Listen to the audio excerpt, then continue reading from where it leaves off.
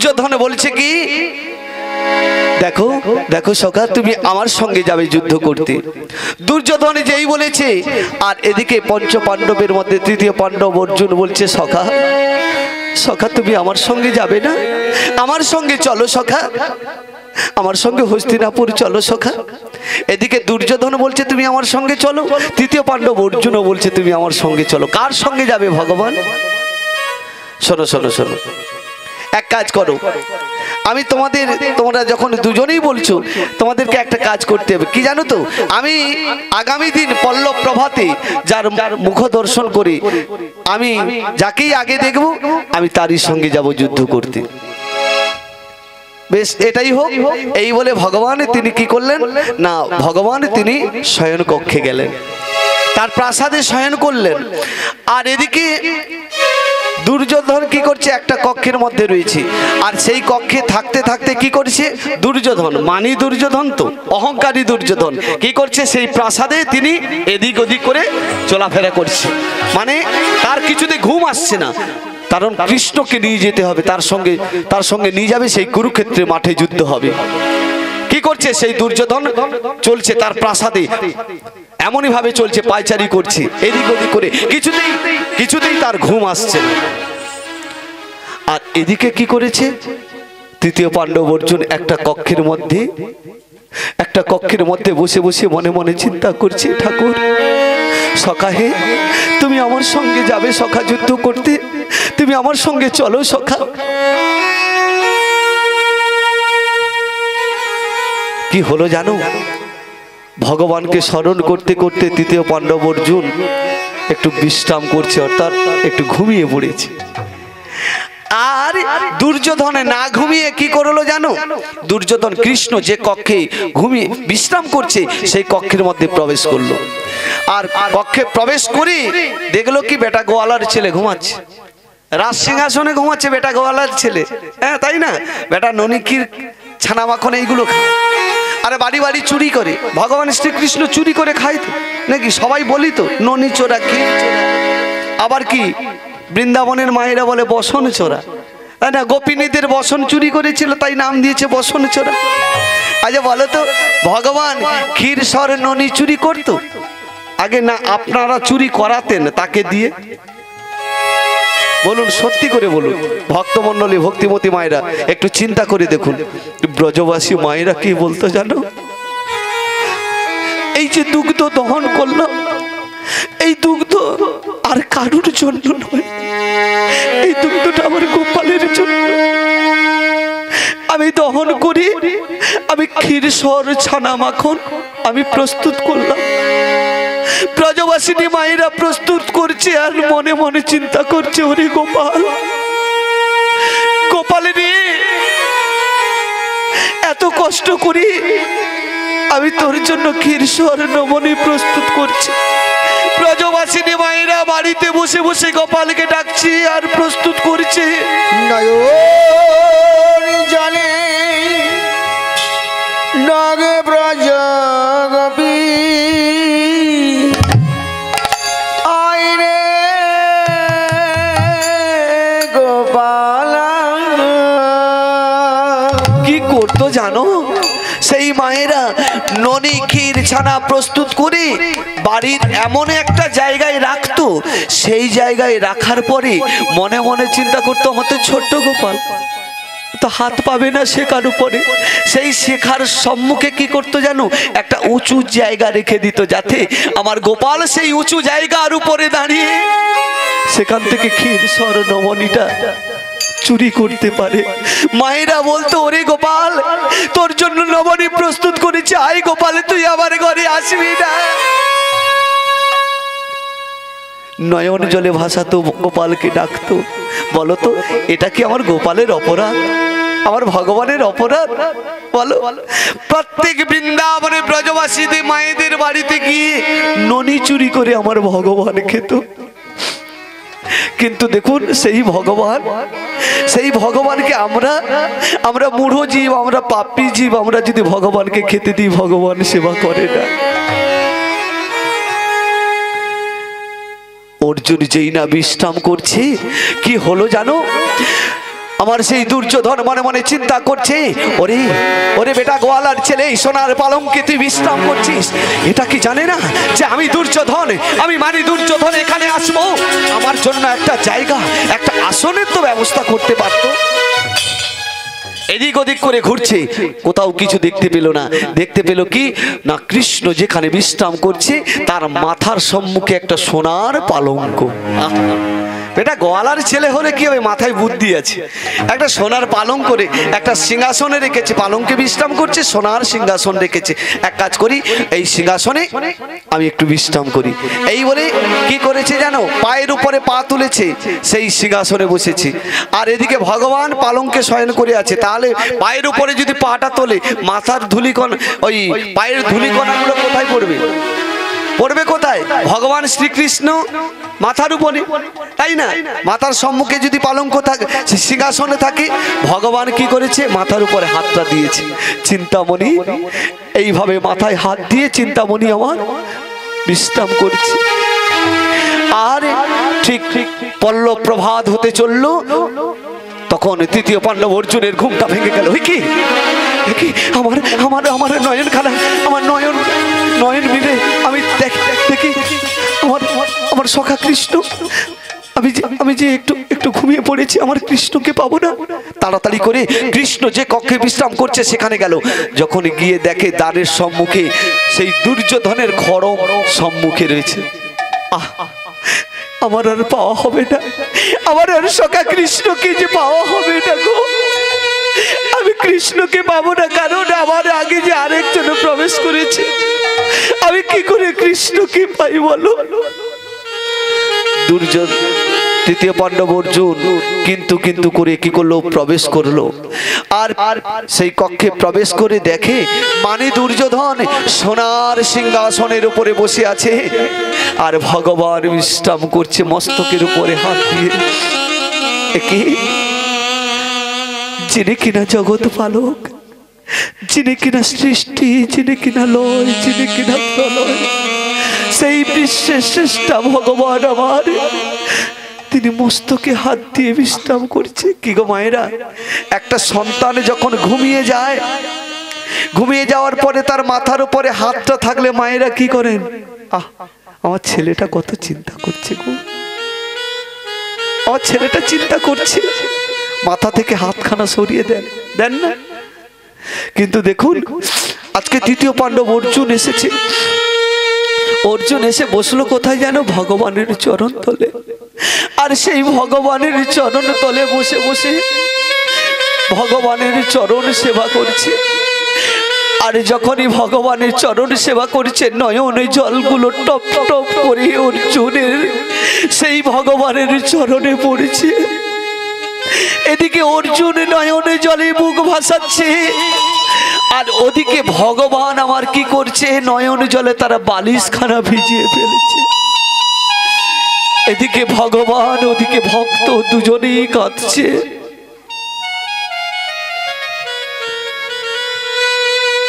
তৃতীয় পাণ্ডব অর্জুন ভগবানের চরণ সেবা করছে, আরে বলছে, ও গো দয়াময়,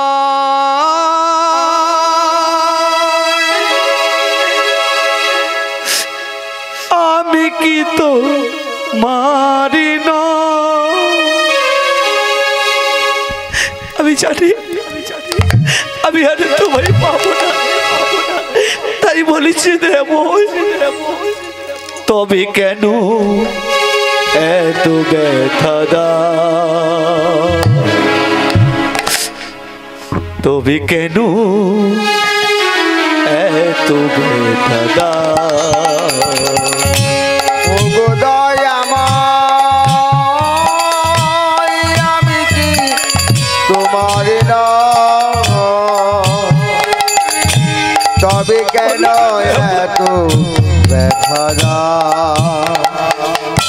তবে কেন এত ব্যথা দাও। যখনই সেই অর্জুনের নয়নের জলগুলো ভগবান শ্রীকৃষ্ণের চরণে পড়েছে, অর্জুন কি করছে, সেই নয়নের জল দিয়ে ভগবানের চরণখানা ধৌত করেছে।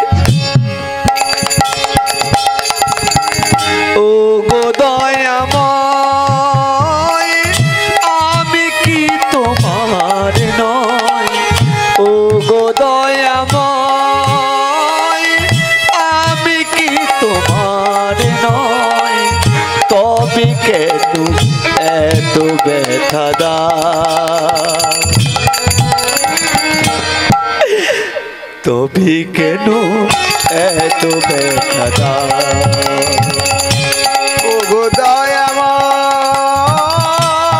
আমি কি তোমার না, বলে দাও প্রভু। ওগো দয়াময় আমি কি তোমার নয়, তবে কেন এত ব্যথা দাও, তবে কেন এত ব্যথা দাও, তবে কেন এত ব্যথা দাও। কোনি জনমে কি বা ভুলে,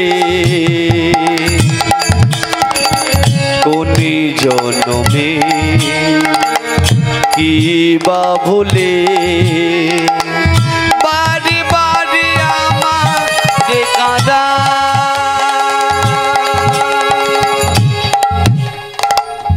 বাড়ি বাড়ি আমাকে কাঁদা। কোনি সদমে কি অপরাধ, কোনি জনমে কি বা ভুলে বারে বারে আমার কাঁদা, বারে বারে আমার কাঁদা। ওগো দয়াময় আমি কি তোমার নয়, ওগো দয়াময় আমি কি তোমার নয়, তবে তবে কেন এত ব্যথা দাও, তবে কেন এত ব্যথা দাও, তবে কেন এত ব্যথা দাও। ভালোবাসা যদি হয় ভুল, হারাতে হয় সবই কুল। ভালোবাসা যদি হয় ভুল, হারাতে হয় সবই কুল।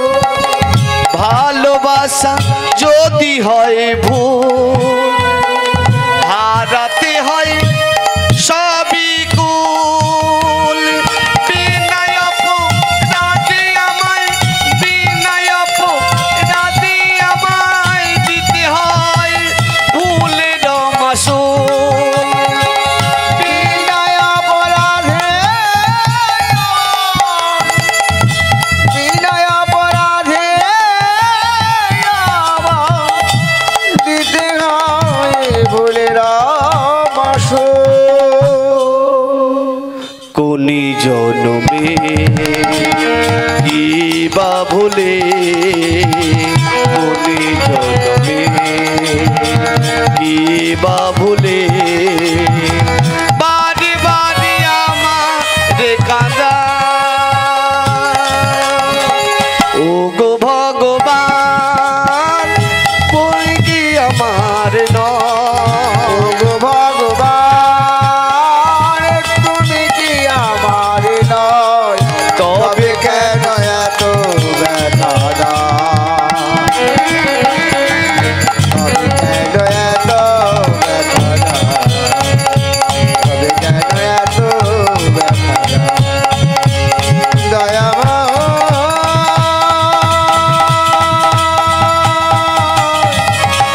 ওগো দয়া,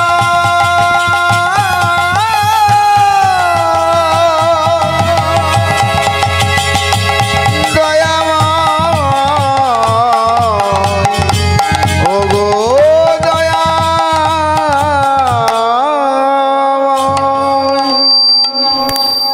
পল্লব প্রভাত হয়ে গেল। যখনই সকাল হয়ে গেল ভগবানের নিদ্রা ভঙ্গ হয়েছে। ভগবান যখন ঘুম থেকে উঠে দেখে, একই সখা সখা সখা তুমি তুমি আমার চরণ প্রান্তে, এই বলে ভগবান কি করেছে না তৃতীয় পাণ্ডব অর্জুনকে জড়িয়ে ধরেছে। তা বাবা, একজন সোনার সিংহাসনে মাথার কাছে বসে আছে, সে স্থির থাকবে? ভক্তমণ্ডলী, ভক্তিমতী মায়েরা বলুন। কারণ সে তো আগে থেকে প্রবেশ করেছে।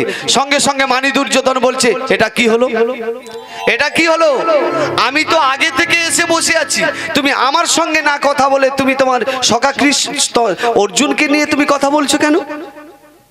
অর্জুনকে জড়িয়ে ধরেছো কেন? তখন ভগবান বলছে, কে আমার কক্ষে আগে এসেছে আমি তো একথা বলবো না। কে আমার কক্ষে আগে এলো কি পরে এলো আমি তো ওটা দেখবো না।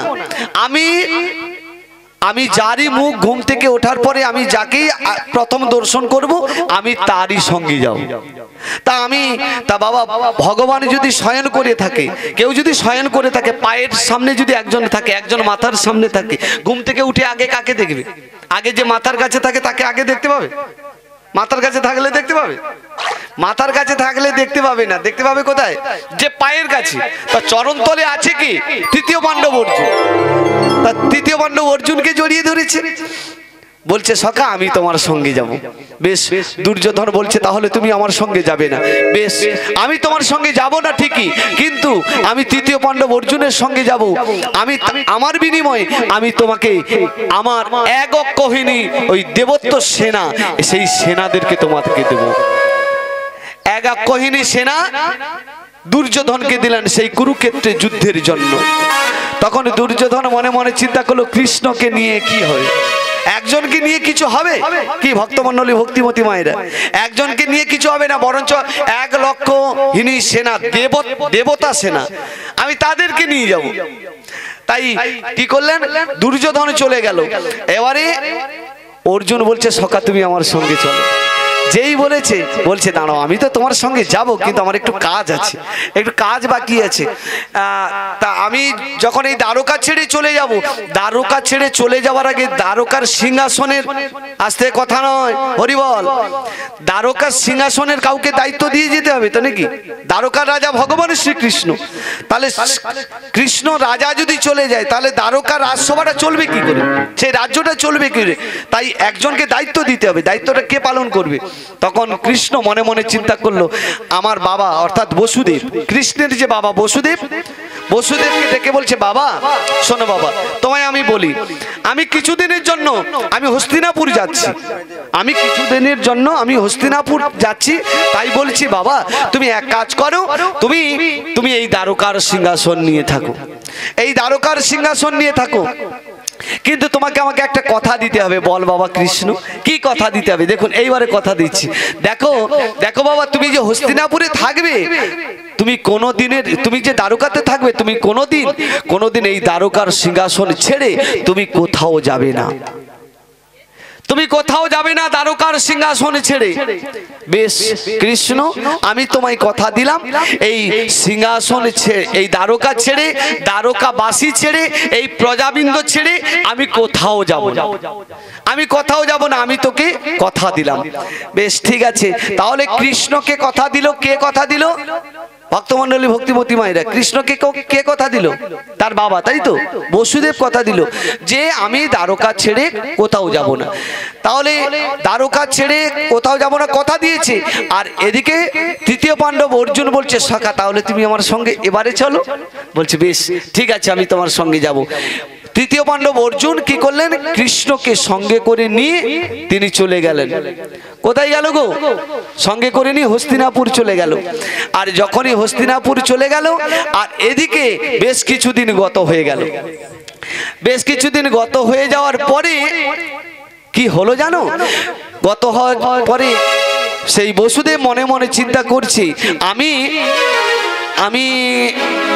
রাজ্যবাসী, এই প্রজাগণ সবাইকে নিয়ে তো আছি, কিন্তু আমার মনের একটা বাসনা, আমি একটু শিকার করব, আমি একটু জঙ্গলে শিকার করতে যাব, কিন্তু আমি যদি কাউকে বলে যাই তাহলে তো কৃষ্ণ খবরটা পেয়ে যাবে, কি বাবা, তাই তো নাকি? এক কাজ করি, আমি কাউকে বলবো না। দেখুন কৃষ্ণের বাবা সে কি করছে, দেখুন বসুদেব, আমি কাউকে বলবো না, কি করলো, রাতের অন্ধকারে লুকিয়ে প্রাসাদ ছেড়ে তিনি চললেন কোথায়, গভীর জঙ্গলে শিকার করতে। বসুদেব চলেছে শিকার করতে সেই গভীর জঙ্গলে, আর পথে চলেছে तने के तन मुड़ी में तू, तने के तन मुड़ी में तू सांसों की तार। जय सिया राम राम जय सिया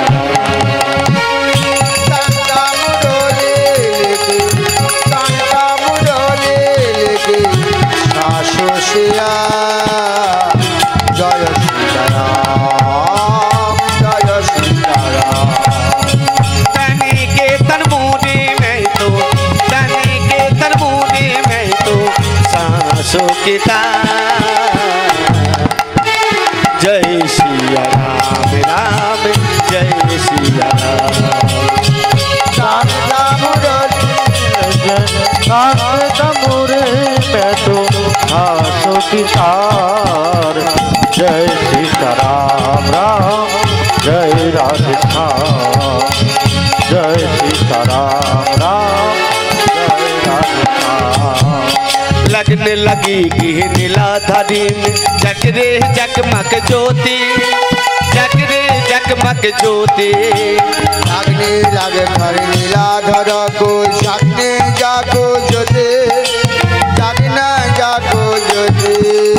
लगने लगी कि नीलाधारी में जगरे जगमग ज्योति, जगरे जगमग ज्योति।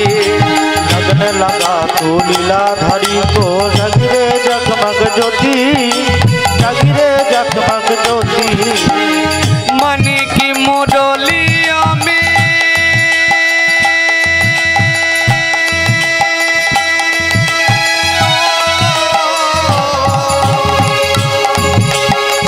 मन की मुरलियों में सांसों की तार। जय सिया राम राम जय सिया राम।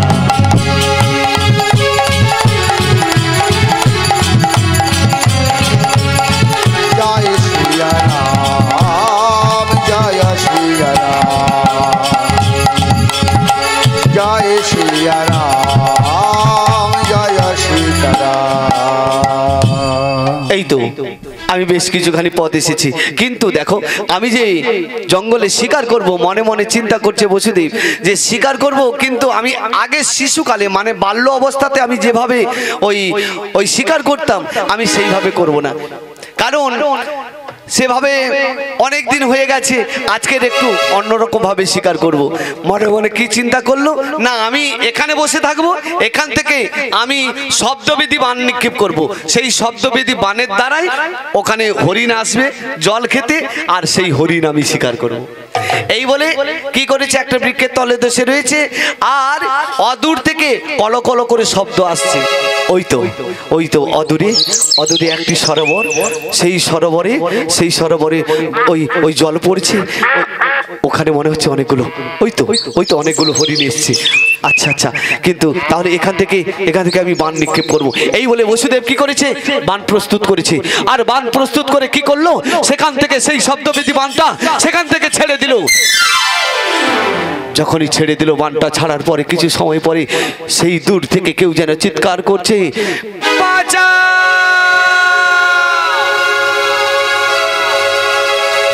বাঁচা বাজা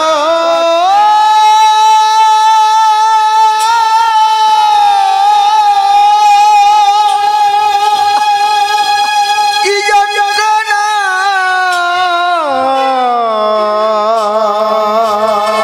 বাঁচাও রে আছো। অসহ্য যন্ত্রণা, এই যন্ত্রণায় থাকতে পারছি না। সেই ছেলেটার বুকের উপরে একটা ছোট্ট ছেলে, তার উপরে বানটা গিয়ে পড়েছে। সেই দূর থেকে যখন চিৎকার করছে বসুদেব মনে মনে চিন্তা করলো, কি হলো, আমি তো বানটা নিক্ষেপ করলাম, কিন্তু আমি না জেনে না বুঝে এখান থেকে আমি শব্দবিধি বান ছেড়েছি, কিন্তু সেই সরোবরের দিক থেকে কেউ যেন একটা শিশু চিৎকার করছে, বাঁচাও বাঁচাও বলে। সঙ্গে সঙ্গে বসুদেব সেখানে ছুটছে। ছুটে গিয়ে যখন দেখে সেই নদীর পাড়ে কি করছে, সেই নদীর পাড়ে কাতলা মাছের মতন আচার কাচার খাচ্ছে একটা ছোট্ট শিশু। চিৎকার করে বলছে, বাঁচা বাঁচা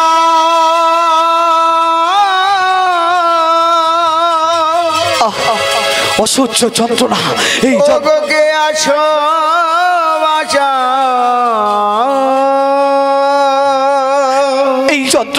এই যন্ত্রণায় আমি থাকতে পারছি না। কে আমাকে এভাবে নৃশংসভাবে আমাকে তীর নিক্ষেপ করলো। বসুদেব যখন কাছাকাছি এসে দেখে একটা ছোট্ট শিশু, সেই শিশুর অঙ্গ থেকে রক্ত বিতীর্ণ হয়ে পড়ছে। সেই শিশুটা প্রাণ চেষ্টা করছে সেই তার বুকের উপরে যে তীরখানা পড়েছে সেই তীরটাকে টেনে তোলার, কিন্তু কিছুতেই তীরটাকে টেনে তুলতে পারছে না, চিৎকার করছে। তখন বসুদেব তাড়াতাড়ি করে এসে কি করলো, তার বুকে যে তীরটা বসে আছে সেই তীরটাকে কি করলো, জোর করে ধরে টেনে দিয়েছে। সেই টেনে দিয়েছে সঙ্গে সঙ্গে কি হলো, সেই ছেলেটা আর রক্ত গিয়ে বসুদেবের চোখে মুখে সর্বশরীরে পড়ে গেল।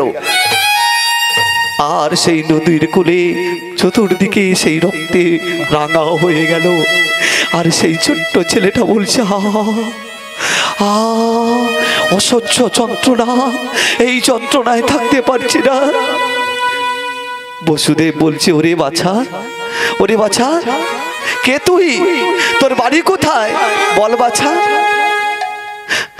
আমার ওই গভীর জঙ্গলে ওখানে আমার বাড়ি। আচ্ছা বেশ, তাহলে এখানে আমি এখানে জলের জন্য এসেছিলাম। আমাকে কে জানে আমাকে তীর নিক্ষেপ করেছে। বসুদেব তো মিথ্যে কথা বলতে পারবে না, কারণ বসুদেব ভালো করে জানে যে তীরটা টেনেছে ওই তীরটা আর কারণ নয়, ওই তীরটা আমি মেরেছি, ওই তীরটা আমি মেরেছি সেই ছোট্ট ছেলেটার উপরে। কিন্তু আমার তো অপরাধ, আমি তো অপরাধ করে ফেললাম। শিশু হত্যার অপরাধ ব্রহ্ম হত্যার সমান। তাই এই অপরাধের সাজা তো আমাকে পেতে হবে। কিন্তু দেখি, ওরে বাছা, বলো না বাবা, বলো না তোর কে কোথায় আছে, তুই আমাকে বল। আপনি কে? শোন, আমি হলাম দ্বারকার রাজা, নাম হলো বসুদেব। বসুদেব, তুমি দ্বারকার রাজা? বলছে, হ্যাঁ আমি দ্বারকার রাজা। দেখ বাবা, আমি ভুলবশত এই তীরখানা আমি তোর উপরে মেরে ফেলেছি।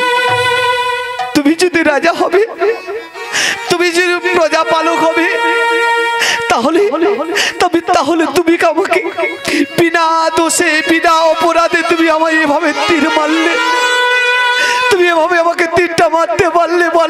বলো রাজন, বলো। যেই বলেছে, বসুদেব বলছে, ওরে আমি অজ্ঞানে করে ফেলেছি অপরাধ। এর জন্য তুই আমাকে যা বলবি বল, আমি তোর সমস্ত কথা আমি শুনবো। বল বাছা, বল আমায় কি করতে হবে বল। শোনো, আমি তো জানি আমি আর বেশিক্ষণ থাকবো না, আমি কিছু সময় পরে আমি মারা যাব। কিন্তু আমি মারা গেলে আরেকজন যে মারা যাবে। ভক্তমণ্ডলী, ভক্তিমতী মায়েরা দেখুন, সেই ছোট্ট শিশু বলেছে, আমি মারা গেলে আরেকজন মারা যাবে।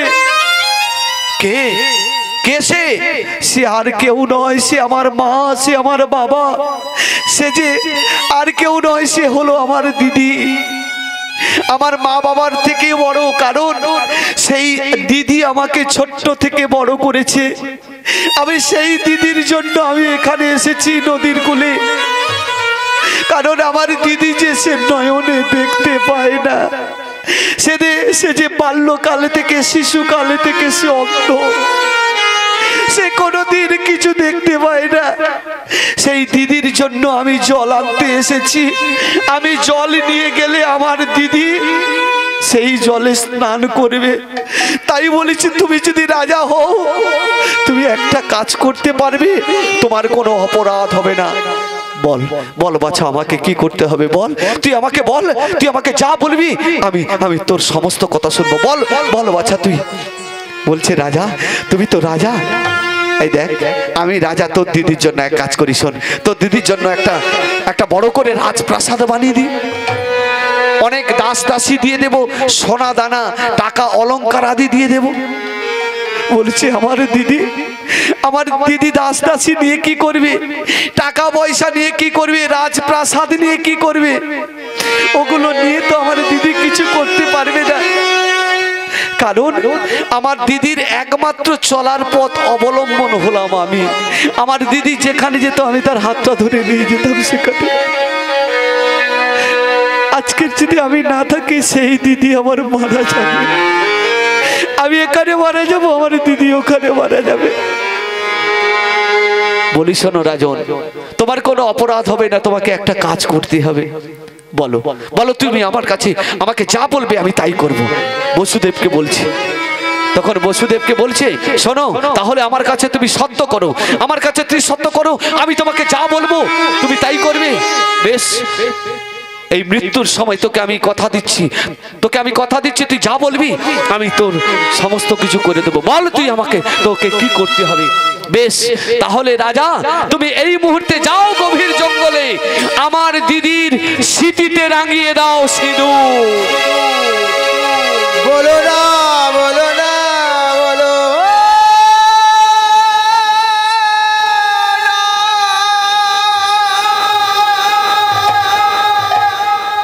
কি বললি, কি বললি? তোর দিদিকে আমাকে বিবাহ করতে হবে? তুই কি জানিস না, তুই কি জানিস না? শোন শোন শোন, তোকে একটা কথা বলি, আমার ছেলে কৃষ্ণ, জগৎজোড়া তার নাম, আমি কৃষ্ণের পিতা। আমার একজন সুন্দর স্ত্রী আছে, তাই না? আমার দৈবক স্ত্রী রয়েছে, তাই বলি শোন শোন, এই শিশু, এই বালক, তোকে আমি বলি শোন, তুই এখানেই মর, তোর দিদিকে আমি কিছুতেই বিবাহ করব না। এই বলে বসুদেব সেখান থেকে চলে যাচ্ছে। যখনই চলে যাচ্ছে সঙ্গে সঙ্গে সেই ছোট্ট ছেলেটা বলছে, রাজা তুমি যখন আমার দিদিকে বিবাহ করতে পারবে না, তাহলে বিনা দোষে বিনা অপরাধে তুমি যেভাবে আমাকে তুমি হত্যা করলে, আমিও তোমাকে ছাড়বো না, তুমি বসুদেব হতে পারো, তুমি রাজা হতে পারো, আমি তোমাকে অভিশাপ দেব। শোনো রাজা, তুমি যে কৃষ্ণের জন্য, যে রাজ্যের জন্য, যে প্রজার জন্য তুমি ফিরে যাচ্ছ, আমি তোমাকে অভিশাপ দেব। সেই রাজ্যে পদার্পণ করার সঙ্গে সঙ্গে তোমার পুত্র কৃষ্ণ তার মরা মুখ দেখতে হবে।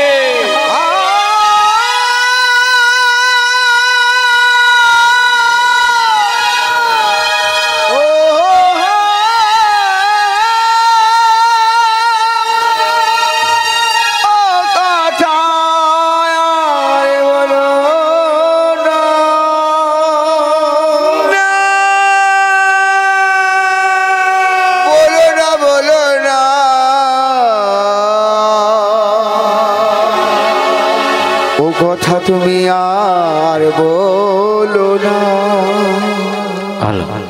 বসুদেব যখনই পা তুলেছিল তার প্রাসাদে চলে যাবে বলে, সঙ্গে সঙ্গে যেই পাটা তুলেছিল সঙ্গে সঙ্গে তার পাটা গেল না, পাটা পিছিয়ে নিল, আর ফিরে যেতে পারলো না। আর ছেলেটা কি করলো জানো? ছেলেটা ওই বসুদেবকে অভিশাপ দিয়েই সেখানেই ছেলেটা মারা গেল। বসুদেবকে অভিশাপটা দিয়েই মারা গেল। বসুদেব এসে বলছে, এই খোকা কথা বল, তুই কথা বলছিস না কেন? কি করে কথা বলবে? সে যে চিরকালের মতন চলে গেছে, সে যে মারা গেছে।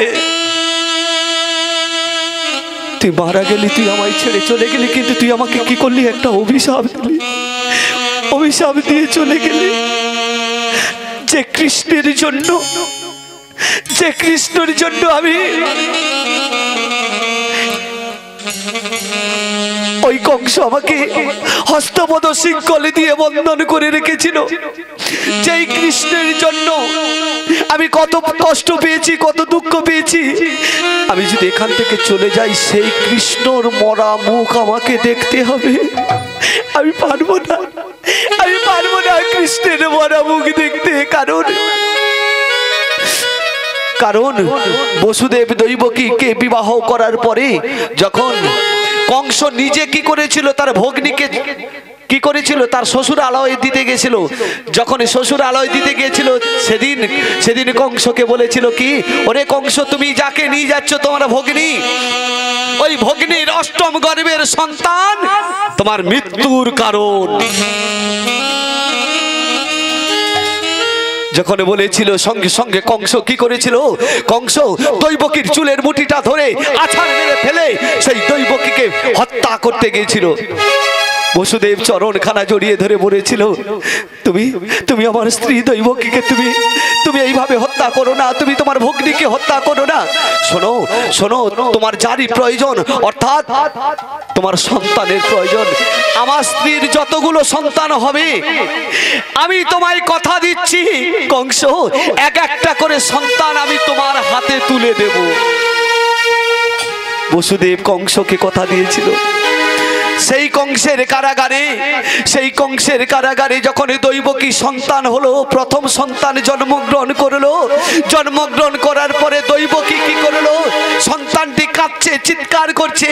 দৈবকী তখন কি করেছে না, সেই সন্তানটিকে স্তনদুগ্ধ দিতে যাচ্ছে। বসুদেব বলছে, এই সন্তানটিকে তুমি আমাকে দাও, কারণ কংসকে দিতে হবে। যখন এই কথাটা বলেছে, শোনো, আমার ছেলেটা কাঁদছে, তাকে একটু স্তনদুগ্ধ দি। বলছে, ওকে তুমি স্তনদুগ্ধ দেবে, ওকে দুগ্ধ দিলেও মরবে আর না দিলেও মরবে, কারণ কংসের হাতে তুলে দিলে সে বাঁচাবে না। দৈবকীর এক এক করে ছটা সন্তানকে হত্যা করেছিল কংস, ছটি ছেলেকে মেরে ফেলেছিল। সেদিন দৈবকী বলেছিল, স্বামী স্বামী, আমার একটা সন্তান নয়, এক এক করে আমার ছটি সন্তানকে তুমি আমার দাদার হাতে তুলে দিয়েছো। তুমি তো আমাকে তুলে দিতে পারতে আমার দাদার হাতে। ভক্তমণ্ডলী, ভক্তিমতী মায়েরা কি বললো, তুমি তো আমায় তুলে দিতে পারতে। সেদিন বসুদেব বলেছিল কি, দৈবকী, তোমাকে যদি তোমার দাদার হাতে তুলে দিই, তাহলে যে আমার কৃষ্ণ আসার, আমার ভগবান আসার জায়গা থাকবে না। তাই তোমাকে বেঁচে থাকতে হবে। আর তুমি বেঁচে থাকলে তোমার গর্ভের অষ্টম গর্ভের সন্তান কৃষ্ণ জন্মগ্রহণ করবে, আর সেদিন আমি কৃষ্ণের বাবা হব। গৌর হরি হরি বল। সেদিন তাহলে সেই কৃষ্ণের জন্য তার মরা মুখ আমাকে দেখতে হবে। পারবো না, আমি পারবো না কিছুতে।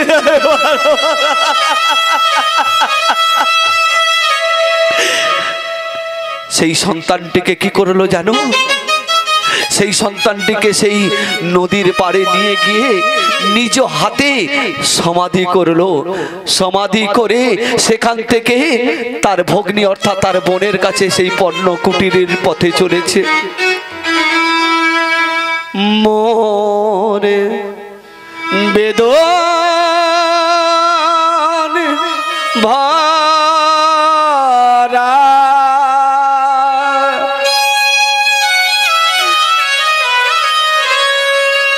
আমি কি করে থাকবো গো?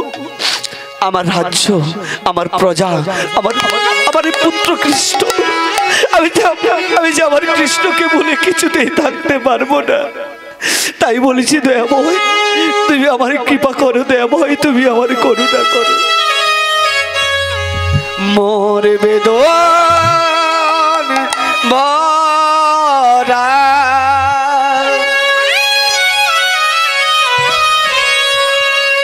এই জীবনে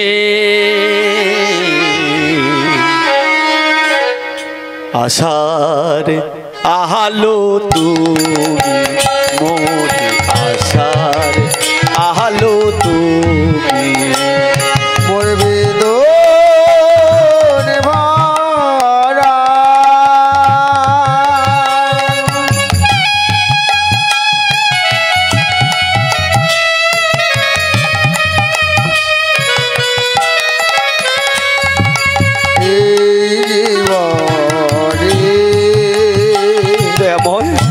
আশা আলো তুমি প্রভু আশা আলো তুমি মোর বেদন ভরা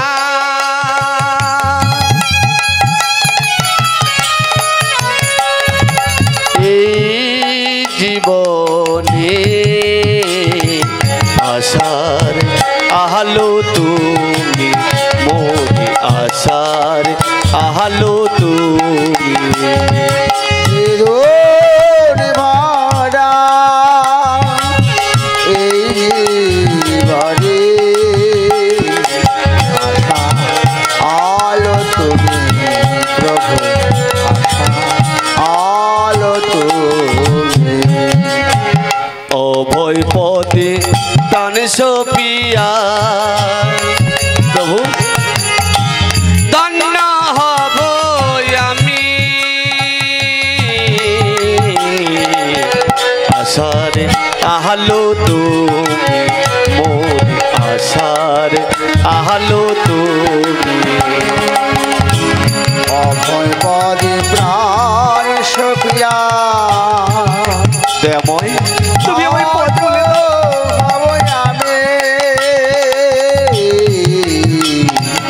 আশা আলো তুমি প্রভু আলো তুমি তোমার দুটি রাঙা চরণে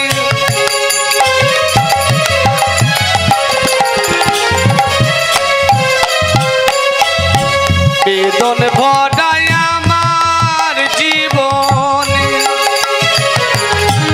তোমার দুটি রাঙা চরণ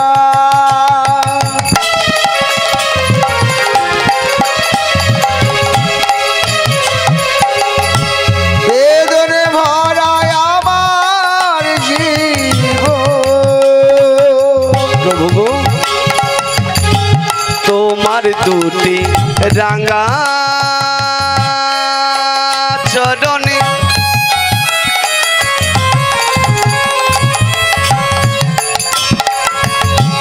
বেদন ভরায় আমার জীবনে ভক্তি ভরে যত্ন করে ভক্তি ভরে যত্ন করে ভক্তি ভরে যত্ন করে ভক্তি ভরে যত্ন করে বুঝবো দিবস যামে আশার আলো তুমি মোরে আশার আলো তুমি মোরে মোর বেদন ভরা এই জীবনে আলো তুমি প্রভু আশা আলো তুমি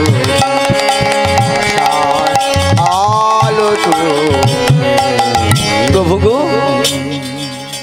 দিন সপিলে নিশি রাতে